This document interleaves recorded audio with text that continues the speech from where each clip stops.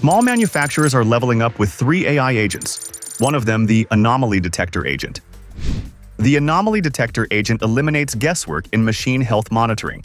It replaces reactive maintenance with preventive maintenance. Let's see the agent in action. Watch how it catches anomalies in real time and triggers proactive remediation. Let's go module by module. Module 1.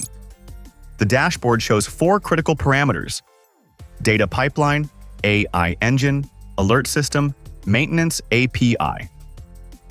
The anomaly scores chart corresponds to machine health in the last 24 hours. The spikes directly correlate to anomalies. Module 2. The Data Connect, where we configure incoming signals and establish data connections. For the CNC machine, 3 signals, namely spindle power, vibration, and acoustic emissions, are monitored. Module 3. Here in baseline and sensitivity, we configure the sensitivity levels for the AI model so as to avoid false alarms. The AI, through historical data, learns to differentiate normal levels and abnormal levels. Module 4. Here is where the real magic happens. The live monitor shows the real-time signals, in this case, spindle power, vibration, and acoustic levels, well within their normal ranges. Now, when we inject a test anomaly, you can see how these signals spike up.